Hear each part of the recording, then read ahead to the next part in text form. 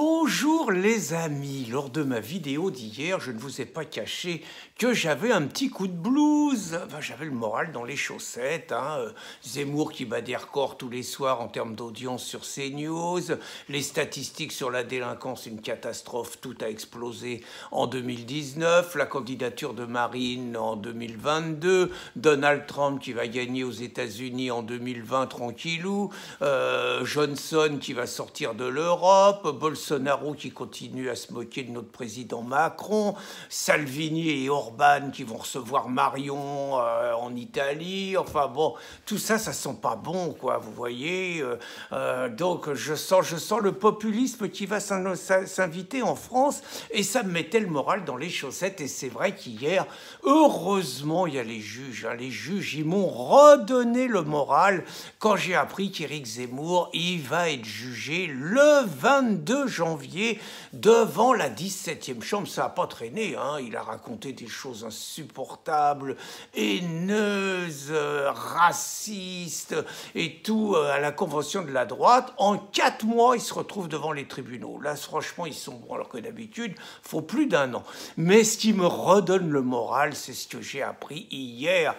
L'ignoble, le très méchant, le haineux Renaud Camus, il s'est pris 2 mois de prison avec sursis au tribunal de Auch et il s'est pris une lourde amende. Alors ça va lui faire du bien d'abord parce qu'il est déjà ruiné. Bon, Renaud Camus, il a pu un flèche, il a mis son château en vente, on y a déjà fait plein de procès, on y a déjà piqué des dizaines de milliers d'euros, il a pu un éditeur, il n'est plus jamais invité sur aucun plateau de télévision, il n'est plus jamais sur aucun journal, plus personne veut lui parler, même Alain Finkielkraut qui était son ami et Elisabeth Lévy, ils ont pris des distances avec lui, c'est dire s'il est devenu infréquentable. Faut quand même reconnaître que ce qu'il fait, c'est abominable. Ça fait 20 ans qu'il est sur la théorie du grand remplacement. Alors, faut être clair, la théorie du grand remplacement, c'est une théorie raciste. C'est-à-dire, en gros, ça veut dire qu'on était un pays de blancs et paraît-il qu'il y aurait de moins en moins de blancs et de plus en plus de noirs et d'arabes. D'abord, c'est pas sûr. Moi, j'ai vu des statistiques, c'est pas vrai. Je regarde à Châtelet, à 18h, je vais dans le 18e à Paris. Moi, je vois pas des blancs, je vois pas des arabes, je vois pas des noirs. Moi, je vois des êtres humains. Il n'y a pas de race, c'est fini. On appartient tous à la même espèce humaine. Et moi, que l'équipe de France de foot, il y avait que des blancs en 60 et que maintenant, il n'y ait que des noirs. Moi, je vois le progrès de l'humanité comme le professeur Peña Ruiz. Moi, je suis un citoyen de l'humanité, un patriote de l'humanité. Donc, c'est une conception complètement raciste, nauséeuse et tout. Mais là, Renaud, il a franchi une nouvelle étape. Vous savez pas ce qu'il a dit? Il avait dit entre la guerre et la soumission, la guerre 100 fois la guerre. Alors là, c'est pas possible parce que c'est clair, c'est une incitation pour les Français à prendre les armes. Mais moi, je le dis depuis longtemps, tant qu'on aura un hymne national comme la Marseillaise aux armes citoyens qui apprend à nos enfants quelque part qu'il faut tuer celui d'en face parce qu'il n'a pas la même nationalité que vous et tout, je veux dire, ça va pas. Ils ont raison, les enseignants de gauche, de refuser d'apprendre les paroles de cette chanson haineuse. Donc il faut revenir là-dessus. Mais moi, je pense qu'il faut aller plus loin. Les paroles de Renaud, donc 100 fois la guerre, alors certains vont dire oui, mais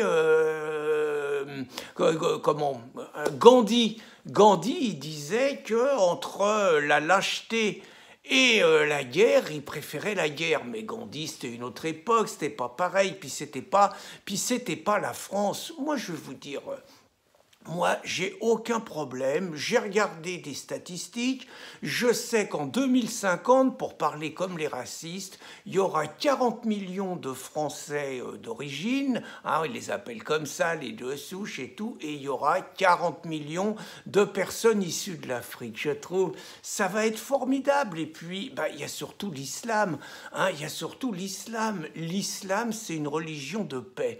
Et moi, je suis désolé, les propos de Renaud Camus, d'abord, c'est beaucoup plus grave que ceux de Nick Conrad. Hein.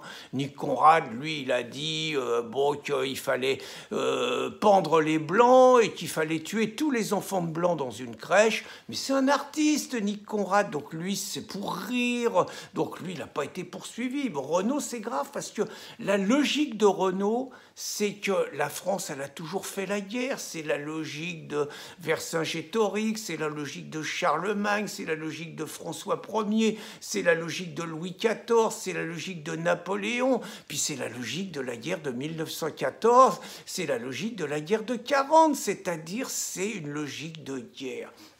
Il faut arrêter. Moi, je dis que s'il n'y a plus de frontières, il n'y aura plus de guerre. Et là-dessus, les capitalistes, ils ont raison, mais les gauchistes, ils ont raison, mais les islamistes aussi, ils ont raison. Tout ça, il faut se mettre ensemble, parce que quand il n'y aura plus de frontières, il n'y aura plus de guerre. Et puis, avec l'islam, c'est une religion de paix. L'islam, c'est une religion de paix quand il n'y a plus que l'islam sur Terre. Qu'est-ce que ça peut faire, finalement? Nous, le constat qu'on a fait, c'est que nous, on est toujours en guerre, on tue des gens, on a fait le colonialisme, on rend des gens malheureux, l'esclavage chez nous. Pourquoi pas donner une chance à l'islam, hein? Pourquoi empêcher, par exemple, les musulmans de manger halal quand ils veulent? Moi, je me rappelle, il y avait une fête de fin d'année à l'école. Le directeur, il a dit, moi, je fais des trucs halal parce que les Français, ça les dérange pas de manger halal, alors que les musulmans, ils peuvent pas manger autre chose qu'halal. Donc, on mange halal et puis on a la paix. Pourquoi les embêter quand ils veulent se voiler pour aller travailler, quand ils travaillent avec des djellabas? Pourquoi les embêter dans leur prière dans la rue? Pourquoi les obliger à serrer la main des femmes? Pourquoi entretenir ce climat islamophobe? Moi, je pense que la seule façon de préserver la paix sur Terre, c'est qu'on soit tous musulmans. Moi, je n'ai pas de problème, je suis prêt à me convertir à l'islam. Et si on est tous musulmans, il n'y aura plus jamais la guerre. Il n'y aura plus jamais des Renaud Camus. Il n'y aura plus jamais des prêcheurs de haine. Parce que Renaud Camus, c'est quand même de sa faute, hein, Breivik. C'est de sa faute. Christchurch, c'est de sa faute. Bayonne, là, les deux malheureux qui ont été blessés grièvement avec des armes, tout ça, c'est la faute à Renaud Camus.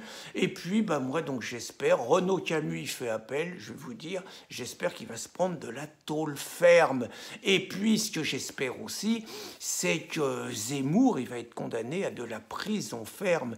Et puis, ce que j'espère aussi, c'est que Christine Tazin, le 4 février, elle va être condamnée aussi à de la prison ferme. Donc moi, je retrouve confiance dans la France des droits de l'homme, dans la France de la liberté, dans la France de l'amour. Et je voulais encore remercier la présidente qui a condamné Renaud Camus, Cécile de Lazzari. Et puis je voulais remercier la procureure Steren L qui avait demandé de la prison. Et puis remercier la LICRA, la DILCRA et son président Frédéric Potier, et puis SOS Racisme qui l'ont traîné devant les tribunaux. Grâce à eux, j'ai à nouveau confiance dans la justice de mon pays et j'ai à nouveau confiance dans la France, pays des droits de l'homme. Bonne journée les amis.